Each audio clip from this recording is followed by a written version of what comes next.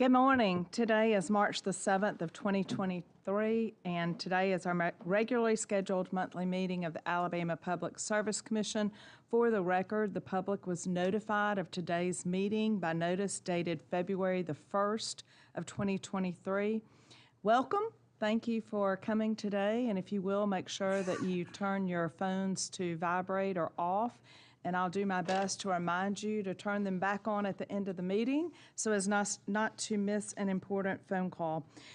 In attendance today, we have in place 1 to my right, Commissioner Jeremy H. Oden. In place 2 is Commissioner Chris Chip Beaker Jr. To my left. I am Twinkle Andress Kavanaugh, President of the Commission. Our Executive Director and Chief Administrative Law Judge is Judge John Garner to my far right, and below at the table is Mr. Walter Thomas, the Secretary of the Commission. And you all know, as is customary, one commissioner gets to bring in a friend to offer the prayer and the pledge, and today it is my honor to bring in a friend of mine. Darren Hammonds is no stranger to this commission, and many of you might know his wife. But Darren is a graduate of Auburn University, and currently he serves as the branch manager here in Montgomery for First South Farm Credit. He is on the board of the Auburn Agricultural Alumni Association, but currently he serves as both the president of the Lowndes County Cattlemen's Association and the Lowndes County Farmers Federation president.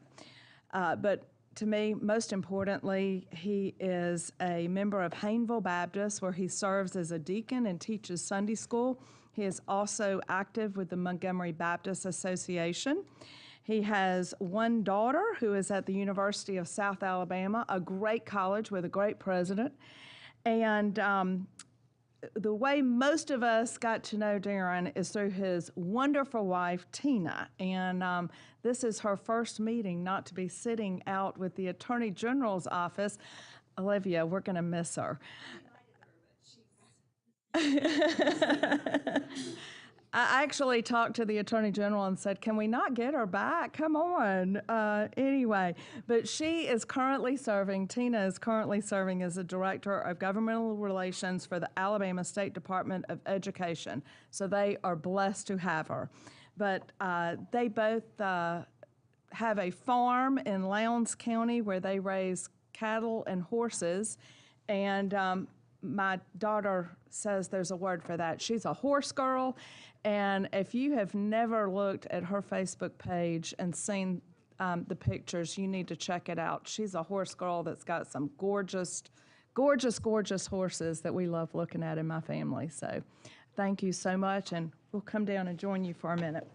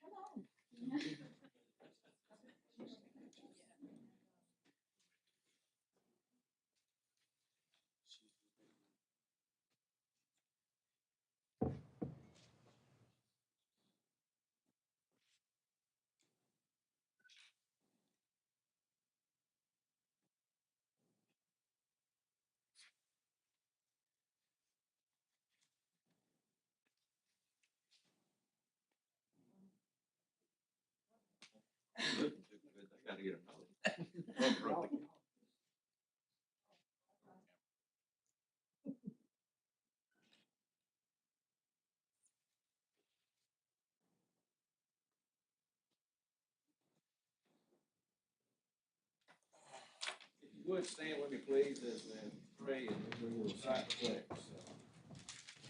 Let's pray. Dear Heavenly Father, we are just grateful to be here this morning, Father, and we just thank you, Father, first for your grace, mercy, and your love. We also thank you for all the many blessings you bestow upon each and every one of us. I praise you, Father, because you are the King of Kings, Father. You are the creator of all things. And I pray, Father, for all of our leaders and elected officials that are here today, and I ask that you bless them. I ask special prayer that you give them discernment, wisdom, and clarity as they make decisions. And I also pray, Father, that all these decisions will be in your will and will be pleasing to you, Father. I also pray, Father, for all of our members of the audience, and I ask that you bless them in their various roles, and I just ask you would lead and guide them as well, Father. But most of all, Father, I just thank you for your son Jesus, the sacrifice that he made, and he paid for our sins. Father, I just pray these things in your holy name.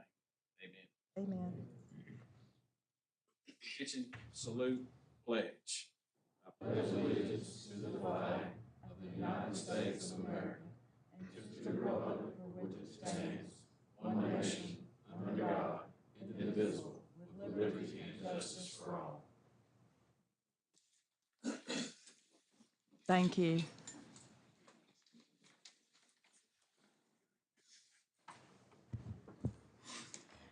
And next, I want to take just a moment, and I will call this a shared personal point of privilege because this is from all three commissioners.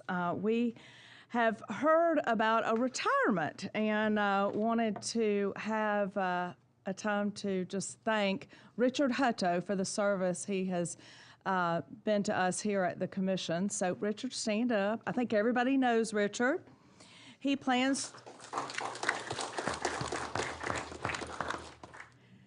Richard plans to retire on April the 1st after 43 years of service to Alabama Power Company. And yes, I think he started in kindergarten, but this paper says he started with Alabama Power Company during a co-op program while he was in college. He graduated from Auburn University with a bachelor's degree in electrical engineering and an MBA. And what we appreciate the most is the work he has done here at the commission. He has been very accessible and a good person to have when we needed information from Alabama Power Company to get it to us very quickly. So he has done that for the last 7 years, since 2016, and we just really appreciate this. But his announcement that he was planning to retire really came as no surprise to me. And I'll tell you why. Richard walked in maybe about a year ago, and I looked at him and I said, "Buddy, what's up with the beard?" I said, "That doesn't look like an Alabama Power Company employee." I knew that day he was planning to retire. So I asked him when he called last week to tell me he was retiring, where was he retiring? To the woods, the lake, or the beach? And he politely said, "I hope all three." So we wish Richard very well on his retirement. And Richard, we have just a little quick thank you for all your service.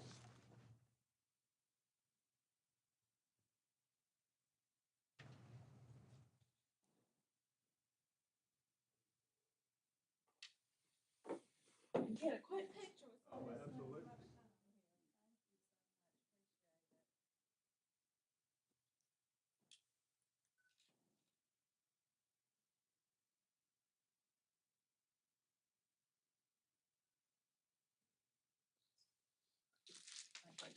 Appreciate all you coming. Thank you. Good job. I'll go fishing.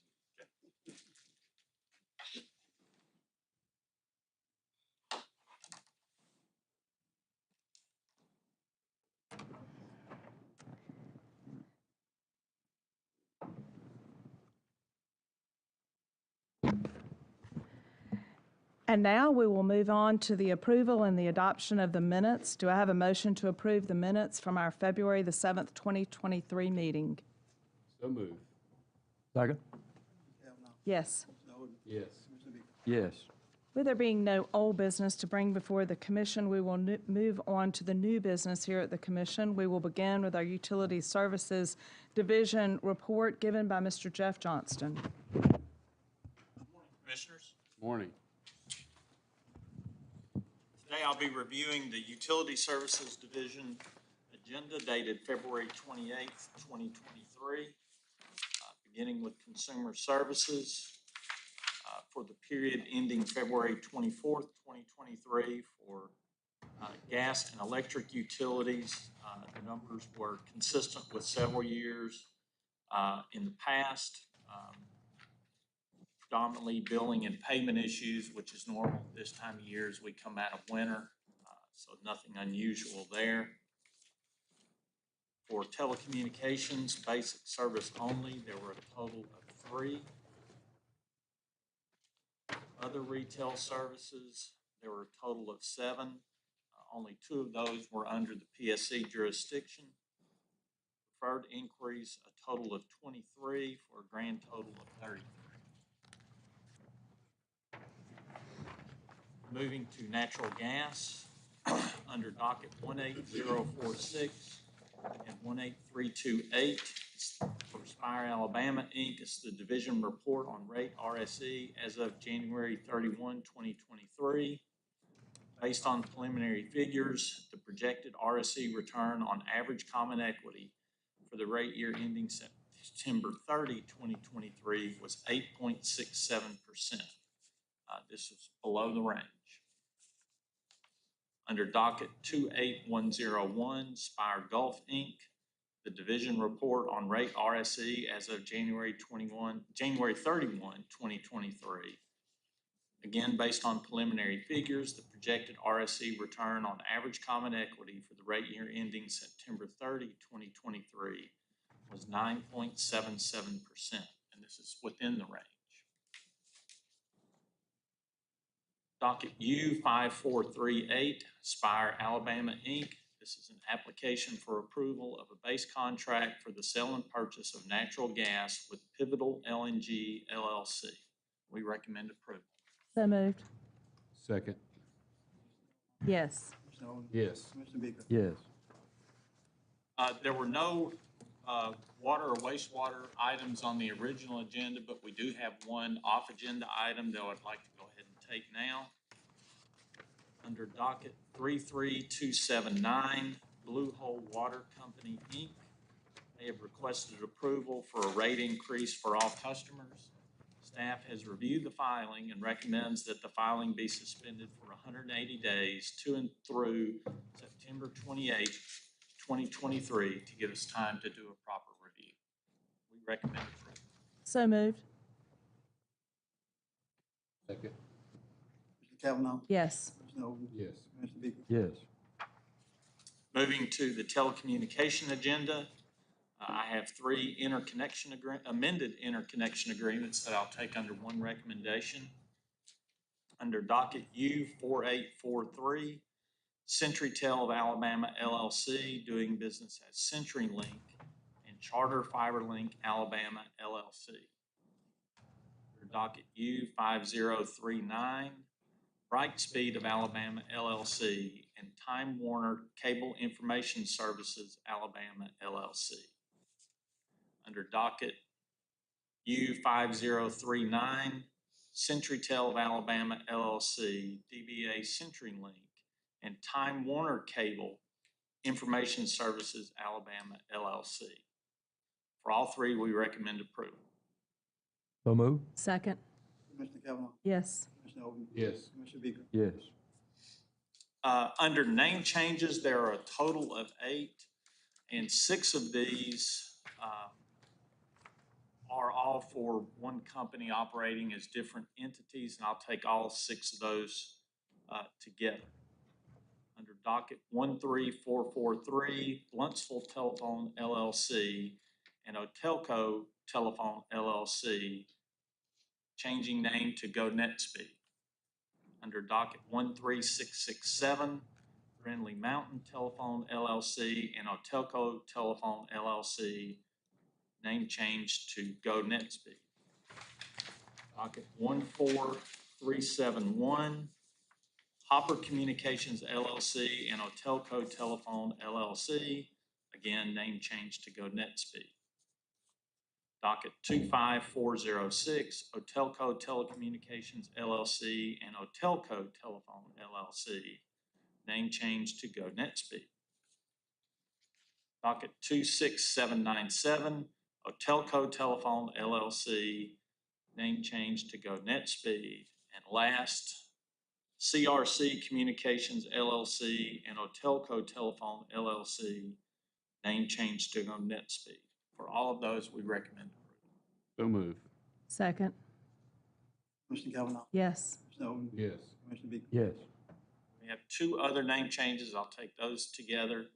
Docket 29728, Metropolitan Telecommunications of Alabama LLC, changing name to Metropolitan Telecommunications of Alabama LLC, from Inc. to LLC. And Hargray of Alabama Inc., approving a name change to Hargray of Alabama LLC. Those two we also recommend approval. So moved. Second. Mr. Kavanaugh. Yes. Yes. Mr. Beagle. Yes. The remaining telecommunication items are for information only.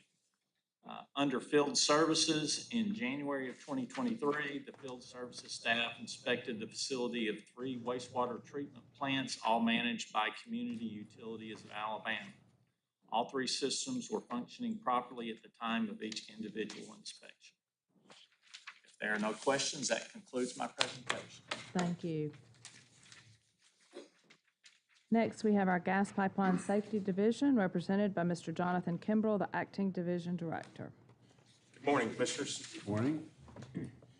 Today I'll be presenting the gas pipeline safety agenda that was submitted on February 28th.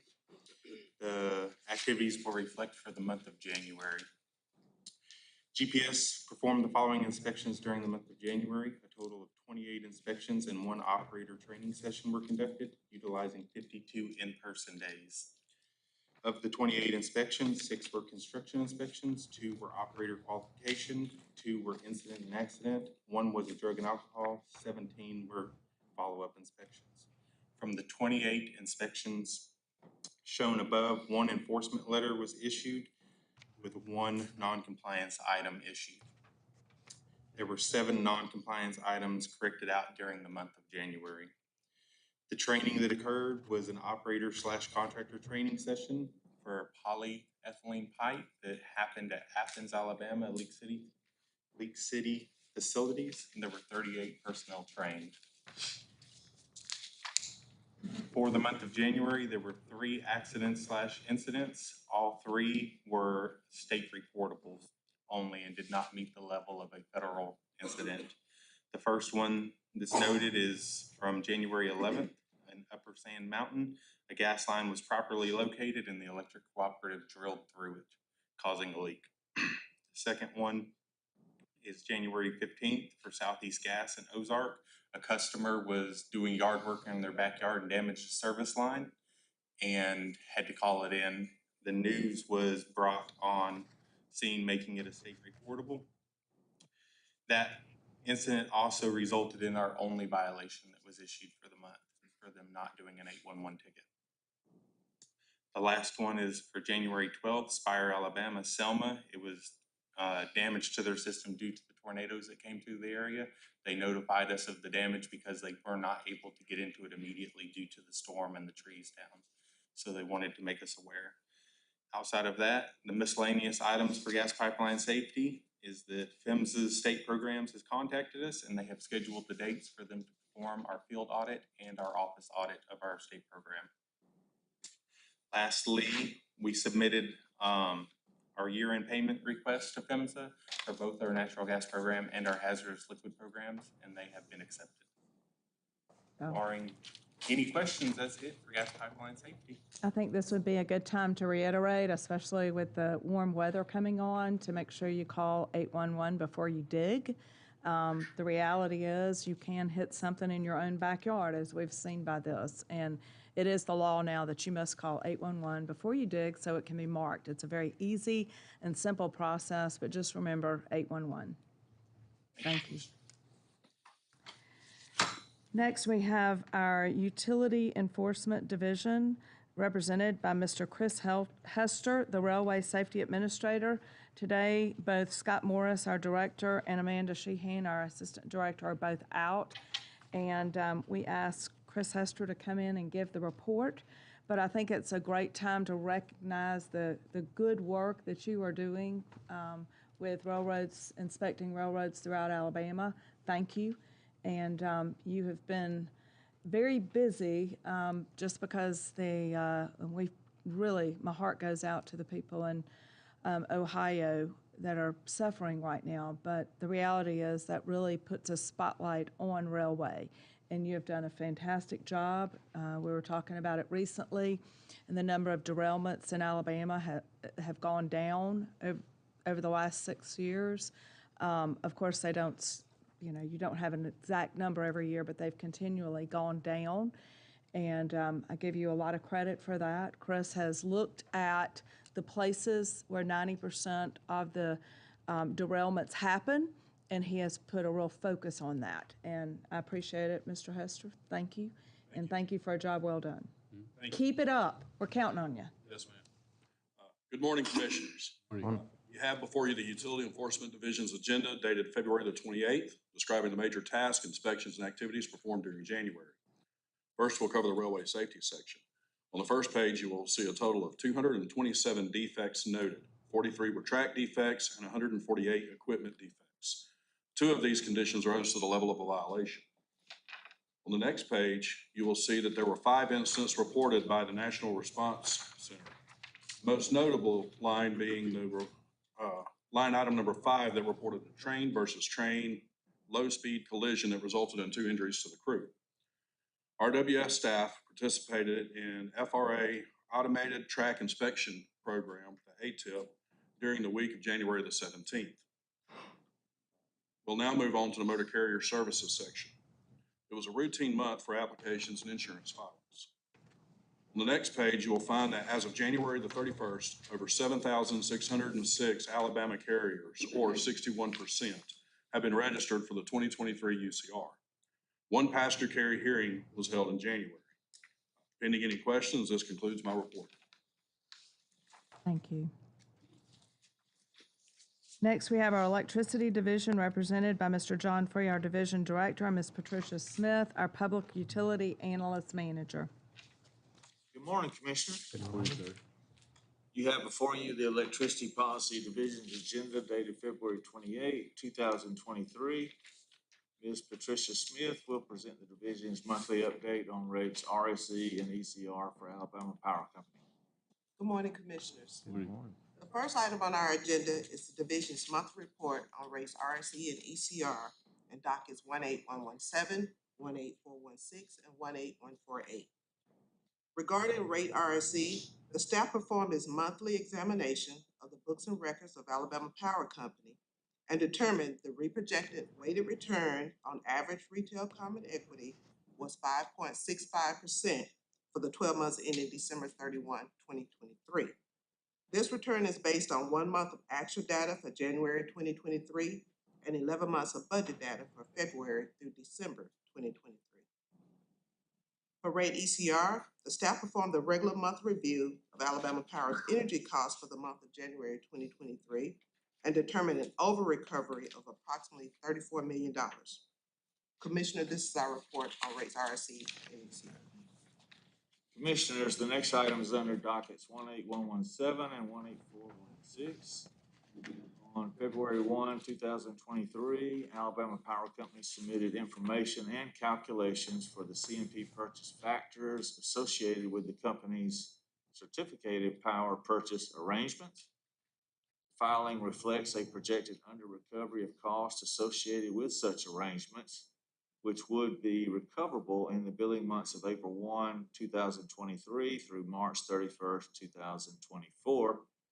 Although the company is entitled under rate CMP to recover the entire revenue requirement associated with its power purchase arrangements, the staff is proposing that, in lieu of new CMP purchase factors, the company leave the current CMP purchase factors in effect for the period April 1, 2023 through March 31st, 2024. The staff recommends approval. So move. Second? Commissioner Cavanaugh. Yes. Commissioner Owen. Yes. Commissioner Beagle. Yes.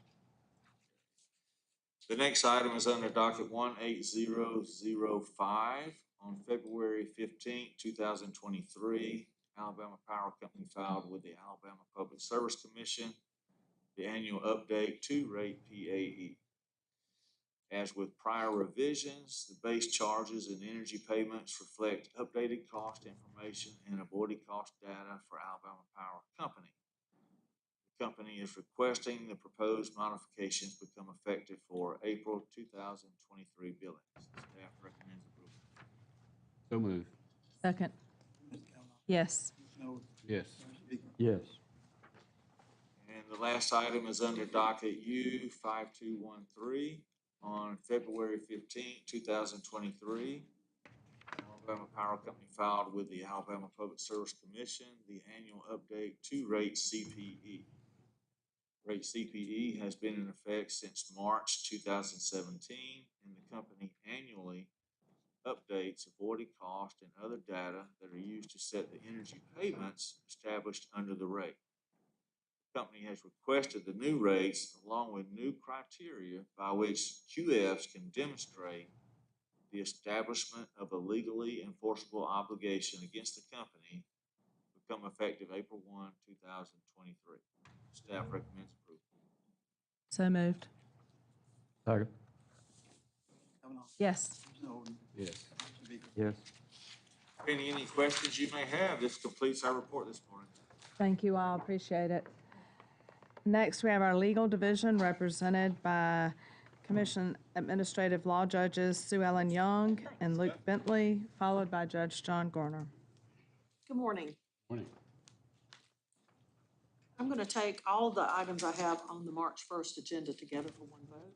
That's all right with y'all. The first is docket 33322. It's the unopposed motor carrier application of Dennis Luxury Transportation LLC for a certificate to transport passengers and their baggage. A hearing was held in this matter. The applicant presented evidence to fulfill the statutory standards. They waived the right to a report and recommended order. The next is docket 33323. It's an unopposed motor carrier application of Southern Trans LLC for a permit to transport passengers. Again, a hearing was held and evidence was presented to fulfill the statutory standards, and the applicant waived their right to a report and recommended order. Docket C-20532, petition of Charmac Hauling, Inc. for approval of cargo self-insurance. On the next page, docket C-20463, petition of Thrift Mobile Home Movers, Inc. for reinstatement of motor carrier certificate F-205, which was revoked due to the petitioner's failure to maintain proper proof of liability and cargo insurance coverage.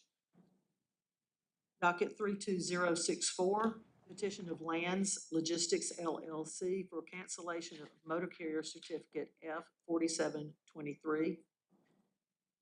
Docket 23716, petition of Bulk Matic Transport Company for cancellation of motor carrier certificate P-628. Docket 33165, petition of Island Time Limousine LLC, DBA Island Time Limousine of Orange Beach for cancellation of motor carrier certificate 4126.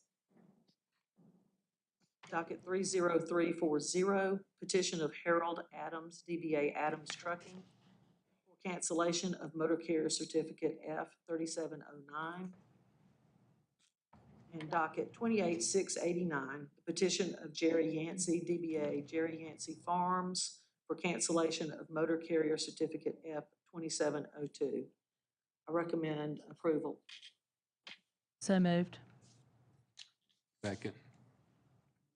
Yes. Yes. Commissioner Beagle. Yes. The next two items I have are on the supplemental agenda dated March the 2nd, 2023. I will take these together also. Docket 33333, the application of Living Large LLC, DBA Pink Zebra Moving of Birmingham, of Vestavia, Alabama, for a certificate to transport household goods. And docket C-20447, petition of Scott R. Enterprises LLC, DBA College Hunks Hauling Junk and Moving of Columbus, Georgia, for reinstatement of motor carrier certificate 4137, which was revoked due to their failure to maintain proper proof of cargo insurance coverage. I recommend approval. So, So moved. second. Yes. Yes. Yes. Thank you, Commissioners. That's all I have. Thank you.